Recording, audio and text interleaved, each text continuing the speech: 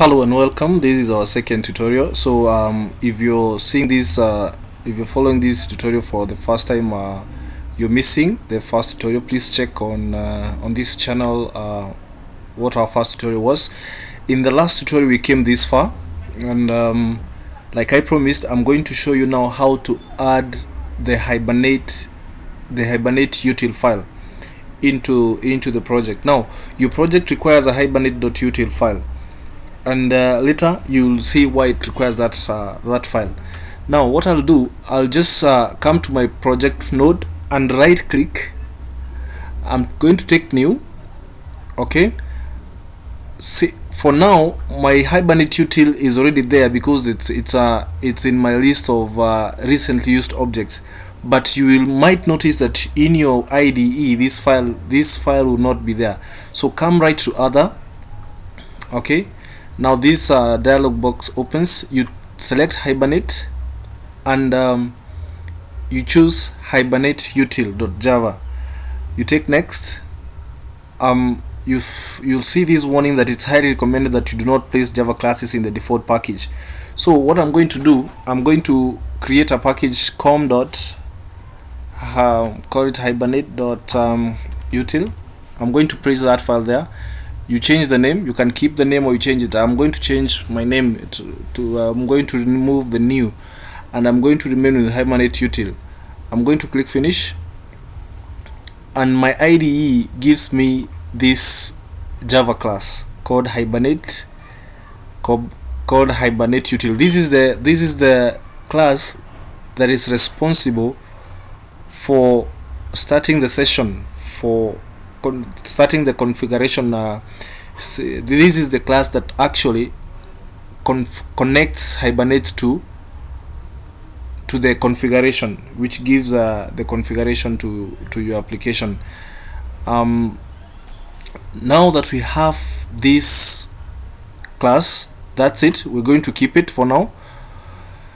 Next, I'm going to show you now how to map your database objects to your application.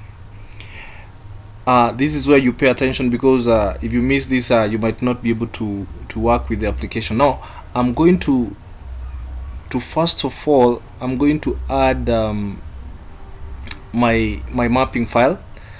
Okay, I'm going to come to the default package,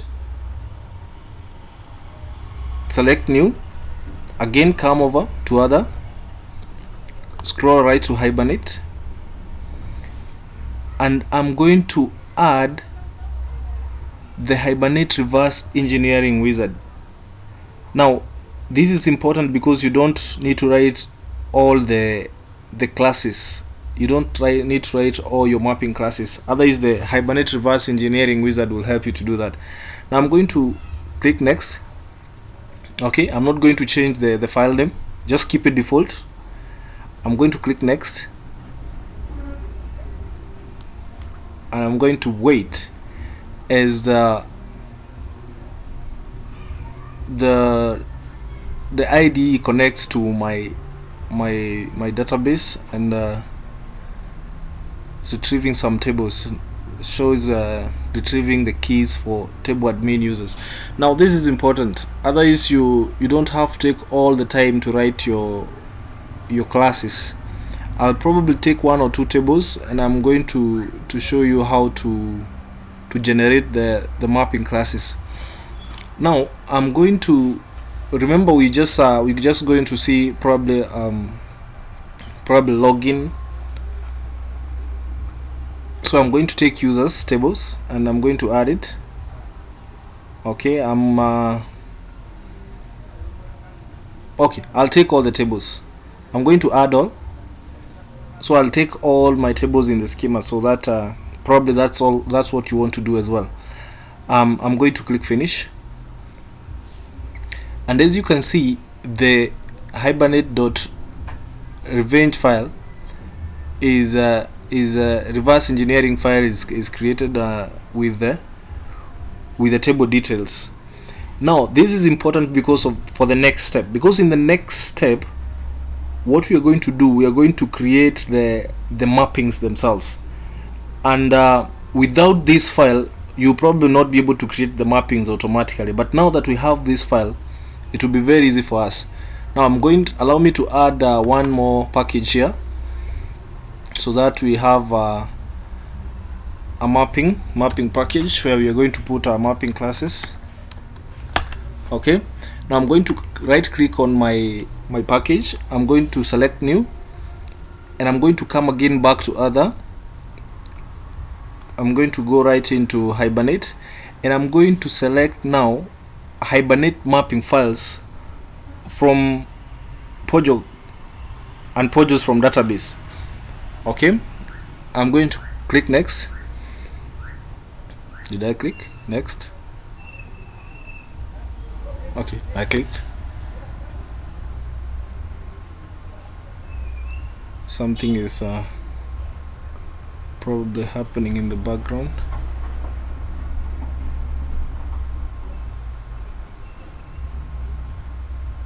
Okay, something is happening.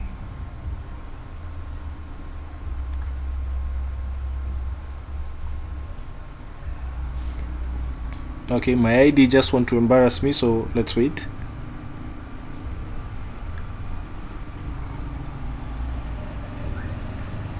Great. Now, like you can see, I have this new Hibernate mapping files and project from database dialog. I don't want to create Hibernate XML mappings for now, so I'm going to untick this. I'm going to keep my domain code .java, and I want EJB annotations, so I'm going to tick the EJB annotation checkbox. You can change the package even at this point, but now this is the package you want the classes to go to. I'm going to click next, and I'm going to wait as my IDE generate the Pojo classes for me. Now the mapping classes, if you check in our mapping package, you will notice that we have some classes which have been generated from the database tables. Admin user, as you can see, the admin user table has been mapped into this JPA class. It's just a getter setter. Bookings, if you see, bookings has been mapped into this. This is exactly what I was saying. You don't have to write the classes. You just generate the code in the way which I've actually showed you. Users, probably will be concentrating on this more. Now there's something which has not been done in these classes, and we are going to do that manually in our next tutorial. Thank you for joining me in this one. Don't go away, because in the next tutorial now we are going to see how to now start performing database operation with using these classes which have been generated from tables. How to select records from this table without writing SQLs. Basically we are going to use criteria, and how to insert, how to select, and how to delete, how to update, and all those database operations. Thank you for joining me. See you in the next tutorial.